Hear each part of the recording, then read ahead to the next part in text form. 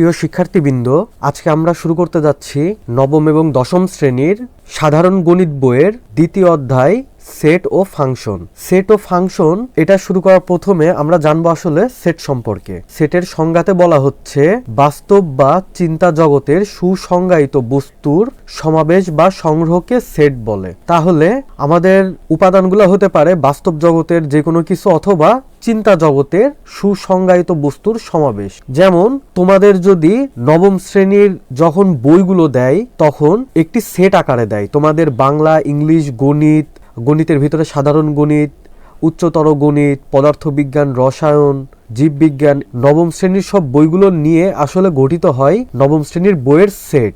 এখন এর ভিতরে যদি আমি একটি অষ্টম শ্রেণীর বই দিয়ে দেই তাহলে সেটি আর তখন নবম শ্রেণীর বইয়ের সেট হবে না। এটাই বলছে যে সুসংজ্ঞায়িত বস্তুর সমাবেশ বা সংগ্রহ, মানে যে বস্তুগুলা থাকবে সেগুলোর একটি সাধারণ বৈশিষ্ট্য থাকতে হবে। যেমন নবম শ্রেণীর বইয়ের সেটে সবগুলোই নবম শ্রেণীর বই থাকবে। যখন এভাবে কোনো সংগ্রহ করা হবে বা সমাবেশ করা হবে তখন সেটাকে আমরা সেট বলবো। অন্যথায় যদি এর ভেতরে একটি অষ্টম শ্রেণীর বই চলে যায় তাহলে কিন্তু তখন আর সেটি নবম শ্রেণীর বইয়ের সেট থাকবে না। আমরা একটি উদাহরণ দেখতে পারি। এখানে যেমন একটি উদাহরণ বলছে 2, 4, 6 সংখ্যা তিনটির একটি সেট তৈরি করতে হবে। যেখানে সংখ্যা তিনটি আসলে জোড় সংখ্যা, তাহলে তার সেট লেখার সময় আমাদেরকে লিখতে হবে যে a is equal to second bracket দিয়ে 2, 4, 6। এখানে এই সেটের এই সদস্যগুলোকে আসলে বলা হয় উপাদান, যেটা এখানে লিখে দেয়াই আছে যে সেটের প্রত্যেক বস্তু বা সদস্যকে সেটের উপাদান বলা হয়।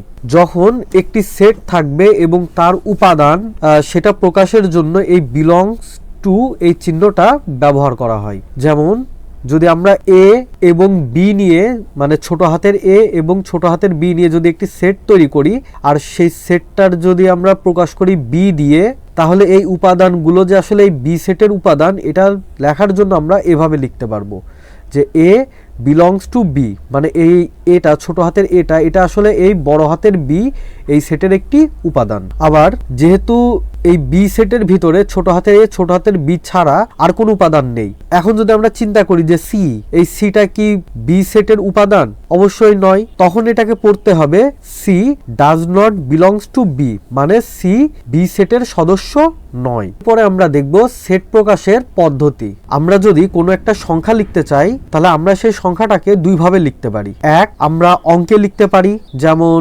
204, এটা হচ্ছে অঙ্কে লেখা।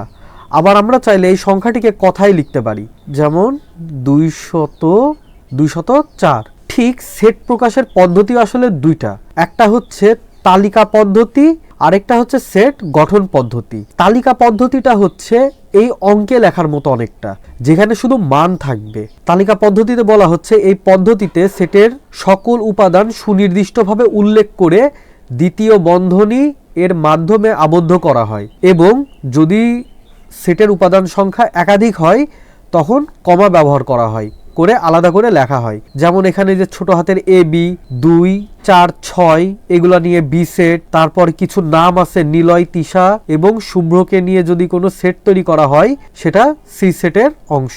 আর সেট গঠন পদ্ধতি হচ্ছে এটা অনেকটা এই কথায় লেখার মতো, যেখানে সকল উপাদান সুনির্দিষ্টভাবে উল্লেখ না করে উপাদান নির্ধারণের জন্য সাধারণ কিছু ধর্ম উল্লেখ করা থাকে। মানে আমাদেরকে কিছু শর্ত দিয়ে দেবে, যে শর্তগুলো দিয়ে আসলে নির্দিষ্ট কিছু মান পাওয়া যাবে, আমাদেরকে সেই মানগুলো খুঁজে বের করে লিখতে হবে। যেমন আমরা যদি এ সেটের কথা দেখি তাহলে এটা দেখা যাচ্ছে এটা হচ্ছে স্বাভাবিক বিজোড় সংখ্যার সেট। তাহলে স্বাভাবিক সংখ্যা মানে 1 থেকে শুরু করে অসীম পর্যন্ত, মানে পজিটিভ মানগুলো। আর বিজোড় সংখ্যা মানে 1, 3, 5, 7 এভাবে চলতে থাকবে অসীম পর্যন্ত। তাহলে এই 1 থেকে অসীম পর্যন্ত সকল বিজোড় সংখ্যাগুলো নিয়ে এই এ সেটটা গঠিত হবে। যেখানে এই এক্স এর পরে যদি আমরা দেখি একটি কোলন চিহ্ন ধরনের একটি চিহ্ন আছে, এটাকে বলা হয় এরূপ যেন, বা সংক্ষেপে যেন চিহ্ন বলে। এটাকে ইংলিশে আবার পড়া হয় সাচ দ্যাট। এই বিষয়গুলো যখন আমরা উদাহরণ দেখব তখন আমরা দেখতে পারবো। এখানে একটি কথা বলছে, যেহেতু এই পদ্ধতিতে সেটের উপাদান নির্ধারণের জন্য শর্ত বা নিয়ম রুল দেওয়া থাকে, এই জন্য এই পদ্ধতিকে রুল মেথডও বলা হয়। এটা একটা এমসিকিউ হতে পারে যে রুল মেথড কোনটিকে বলা হয়, সেটা কি তালিকা পদ্ধতি নাকি সেট গঠন পদ্ধতি? প্রিয় শিক্ষার্থীবৃন্দ, তাহলে আজ আর নয়, আজ আমরা এখানেই শেষ করছি। তোমাদের যদি কারো কোনো সমস্যা থেকে থাকে তাহলে তোমরা আমাদেরকে আমাদের ফেসবুক গ্রুপ এবং আমাদের ফেসবুক পেজে জানাতে পারো। আমরা আমাদের পক্ষ থেকে যথাসাধ্য চেষ্টা করব তোমাদের সহায়তা করার। তাহলে দেখা হবে পরের ভিডিওতে। পরের ভিডিও দেখার জন্য আমি তোমাদের আন্তরিকভাবে আহ্বান জানাচ্ছি।